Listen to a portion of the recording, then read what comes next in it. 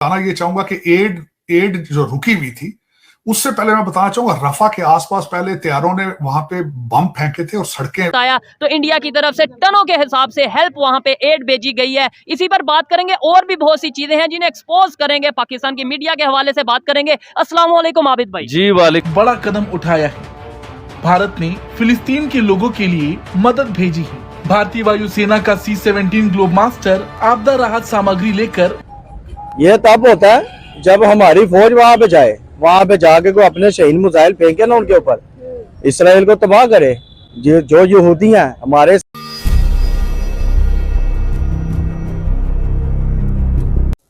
राम राम दोस्तों, आप सभी का स्वागत है आपके अपने YouTube चैनल स्पेशल हिंदुस्तान पे। और मैं आपके लिए एक और इंटरेस्टिंग सी वीडियो लेके आया हूँ पाकिस्तानी मीडिया के हवाले से। तो दोस्तों आपको बताते चले, पाकिस्तानी मीडिया में ये चर्चा हो रही है कि भारत हमेशा इंसानियत के साथ रहता है। जैसे ही हमास ने इजराइल के ऊपर हमला किया, भारत ने बेबाक होके उस टाइम पे इजराइल का साथ दिया और इजराइल हमास को एक टेररिस्ट ग्रुप बताते हुए इजराइल का साथ देते हुए कहा था कि आई स्टैंड विद इजराइल।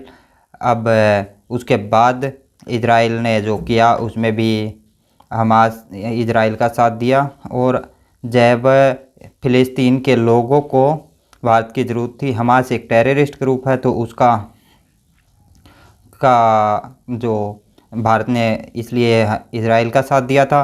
अब फ़िलिस्तीन के लोग जब मर रहे हैं, वहाँ पे मानवीय सहायता की ज़रूरत है, तो भारत वहाँ पे मानवीय सहायता भेज रहा है। भारत ने एक प्लेन भेजा जहाँ से काफ़ी मानवीय सहायता भारत ने इजराइल के लिए दी है। दूसरी तरफ पाकिस्तान ने भी मानवीय सहायता के रूप में कुछ सामान भेजा है इजराइल को, जिसकी तादाद भारत से बहुत कम है, बट फिर भी भेजा है, इतना बहुत है।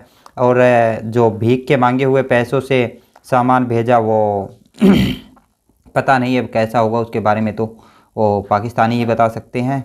बट जो भारत ने भेजा है उसमें दवाइयाँ हैं, टेंट हैं और तरपाल वगैरह हैं, जो घरों से बेघर हो चुके हैं, जिनके घर टूट चुके हैं उनके लिए। और जो मेडिसिन है, पेन किलर हैं, और भी बहुत सारी मेडिसिन है जो भारत ने इजराइल को इसको फ़िलिस्तीन को भेजी हैं। वो फ़िलिस्तीन से मिस्र में जा चुकी हैं और मिस्र से अब फ़िलिस्तीन के लिए ट्रकों में लद के रवाना हो चुकी हैं। ये थी आज की न्यूज़। अगर आपको अच्छी लगी हो तो वीडियो को लाइक करो, चैनल को सब्सक्राइब करो और ज़्यादा से ज़्यादा शेयर करो। मिलते हैं नेक्स्ट वीडियो में, तब तक के लिए जय हिंद, वंदे मातरम, भारत माता की जय, जय श्री राम, हर हर महादेव।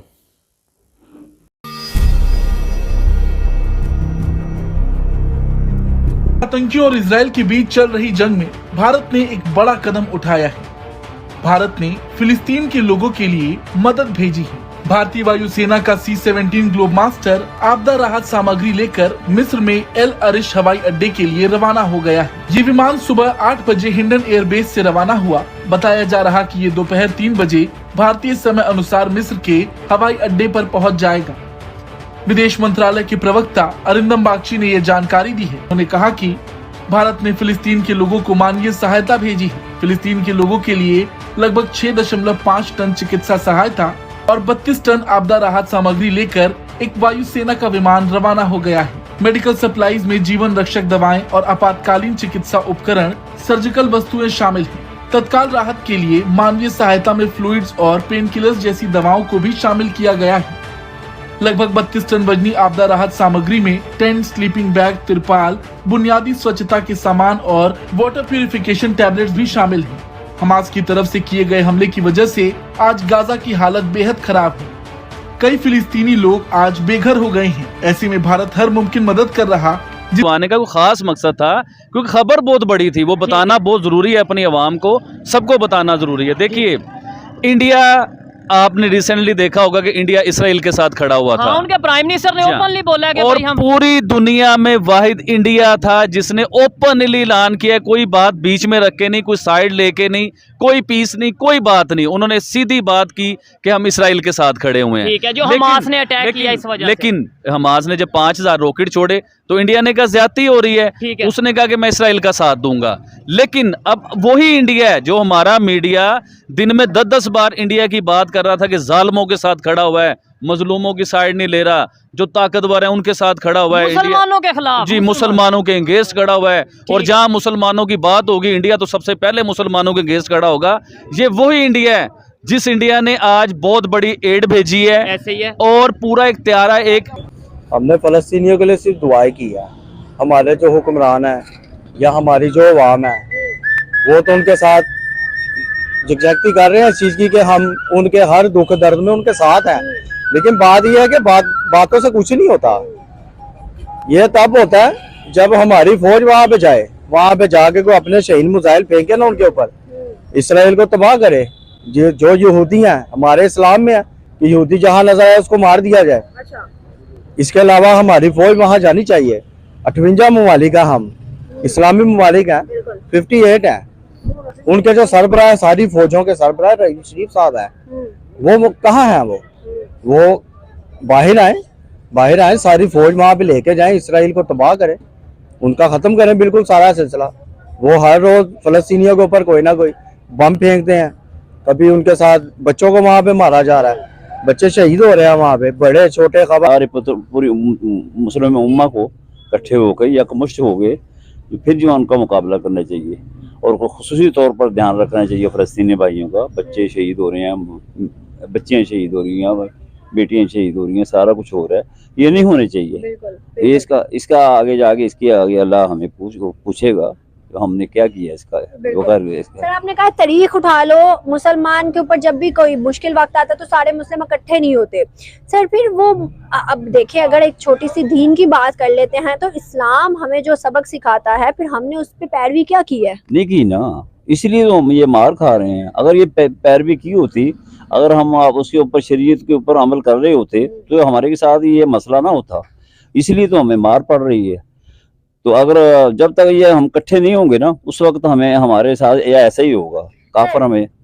अगर हम बात करें आप जो आने वाले दिनों में दो चीजों बढ़ती नजर आ रही हैं। एक तो लोन अटैक करेंगे, जिस तरह मुसलमान आपने देखा मुस्लिम ममालिक में कर रहे हैं, एक तो वो करेंगे।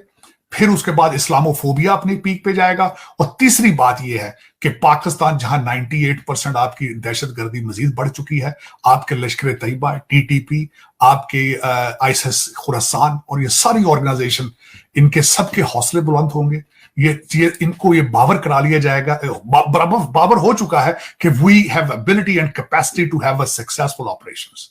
तो ये सारा मेरे ख्याल में जो आगे मैं देख रहा हूं, world peace will be a difficult thing to achieve. इसमें मैं समझता हूं पाकिस्तान और भारत दोनों इस चीज का शिकार हो सकते हैं आने वाले दिनों में, अगर सही मेजर्स ना लिए गए। है ना, ये सारे मामलात है। अभी देखिए जो ये जंग चल रही है, ठीक है। कितने मुसलमान ममालिक हैं जो उधर जाके जंग लड़ रहे हैं। अच्छा। ये ऐलान तो सब करते और हैं। बड़ी बात ये है, कितने मुसलमान कंट्रीज ने इंडिया की तरह हेल्प भेजी है सिविलियंस के लिए। बड़ा सवाल तो ये है, बड़ा अभी सवाल तो ये पूरी दुनिया कह रही थी कि हमारा किबला अव्वल है। हाँ, उसमें मुसलमान ये कह रहे थे कि हम यहूदियों को उधर कब्जा नहीं करने देंगे, हम ये कर देंगे, हम बम मार देंगे। वो कितने मुसलमानों की कंट्री है, मुझे भी तो बताइए, कि जिन्होंने जाके उन गरीबों की हेल्प ही की हो। बम मारना बड़ी दूर की बात है, किसी ने जाके गरीबों के बच्चों को बचाया हो उधर। कहाँ गई वो मुसलमान कंट्री है? कभी ईरान का नाम ले रहे हैं, कभी किसका ले रहे हैं। देखिए ईरान की भी अगर बात करें, वो कौन सी हेल्प कर रहा है? वो मिसाइल दे रहा है, वो इस तरीके से मतलब जंग को, हमास की हेल्प कर रहा है, यानी जंग को बढ़ावा देना अच्छी चीज है कि उन्हें ये चाहिए था कि इधर पीस